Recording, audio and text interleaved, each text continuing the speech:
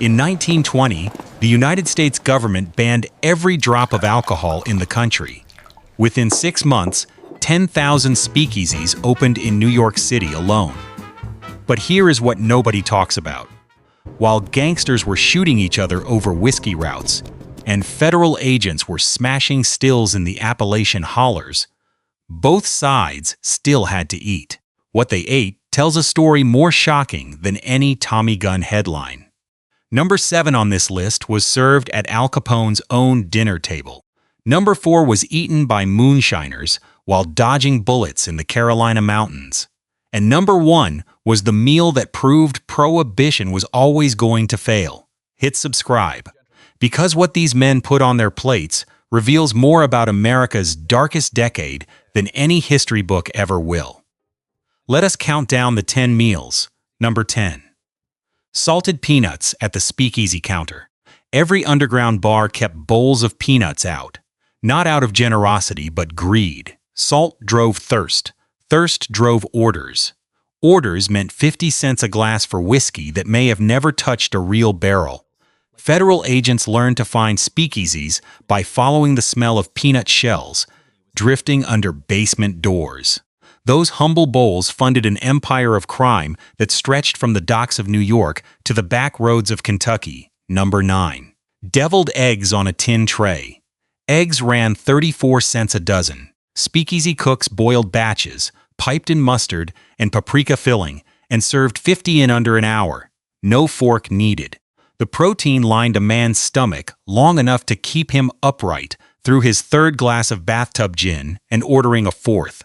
Simple, cheap, and brilliant. Every underground bar from Chicago to New Orleans had a version. Number 8. Oyster toast in the back room. At swankier joints, oyster toast told patrons they were drinking at the right kind of speakeasy. One where the scotch was real imported and not bathtub gin cut with juniper oil. Fresh oysters folded into cream sauce, spooned onto toasted bread rounds. New York's harbor was still producing oysters by the millions, hauled from beds that had fed the city for 200 years.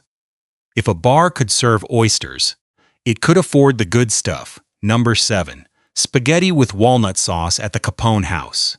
Al Capone earned $60 million a year, roughly $1.5 billion today. He could have eaten anything on earth flown in on ice. He cooked his mother's recipe instead. Toasted walnuts, olive oil, garlic, breadcrumbs, grated cheese, no tomato, no meat, a wooden spoon in one hand, and illegal wine in the other at his Prairie Avenue home in Chicago. After his death, his sister reportedly sold the family sauce recipe to Ragu, who used it to develop their very first commercial product. The most dangerous man in America fueled his empire on a dish that cost less than a quarter to make. Number 6. Cornbread and buttermilk by the still. Appalachian moonshiners survived on cornbread baked in lard and a jug of free buttermilk. 12 hours by the copper coils, watching for revenuers through the tree line. No sugar, no eggs if they could not be spared. Just cornmeal, salt, and enough fat to hold it together. That meal kept a man alive while he made enough moonshine to feed his family for a month. Number 5. Ham steak with red eye gravy on the raid route. Federal agents chasing moonshiners through the rural South lived on boarding house meals. A thick slab of cured country ham fried until the edges blackened, then deglazed with black coffee to make a thin bitter gravy the color of old whiskey. Biscuit the size of a fist on the side. The whole plate cost 15 cents. Agents ate fast, kept their badges hidden, and listened. In small southern towns where everybody knew everybody, a stranger ordering ham and coffee drew enough eyes to get a man killed before he finished his plate. Number 4. Crackling bread in the moonshine kitchen. When a mountain family butchered a hog, the crispy fat bits left in the rendering pot went straight into the cornbread batter. Salty, porky, dense. It traveled well, stayed good for 3 days, and could be eaten cold and silent while lying flat in a creek bed waiting for federal agents to pass through the woods above. It was the meal of a man who understood that invisibility kept him alive. Number 3. chili con carne from Capone's soup kitchen. By 1929, when the stock market collapsed and the Depression hit, millions of Americans were starving. Al Capone opened a soup kitchen on South State Street in Chicago and fed thousands of unemployed men every single day. The dish was chili con carne, thick, heavily beaned, made with whatever meat was cheapest, ladled into tin bowls with a hunk of bread pressed to the side. Capone called it public relations. The men standing in line in the November wind did not call it anything. They were hungry, and that bowl of chili was the only hot thing they would see until tomorrow. Number 2. Stone crab claws at Joe's in Miami Beach. When Chicago got too hot, Capone retreated to his Palm Island mansion and made his way to Joe's Stone Crab, a waterfront restaurant open since 1913. He sat at a corner table, bodyguards at the door, cracking stone crab claws dipped in mustard sauce while the Atlantic breeze moved through the windows. Joe's still operates today, more than a century old. The same mustard sauce recipe is still on every table.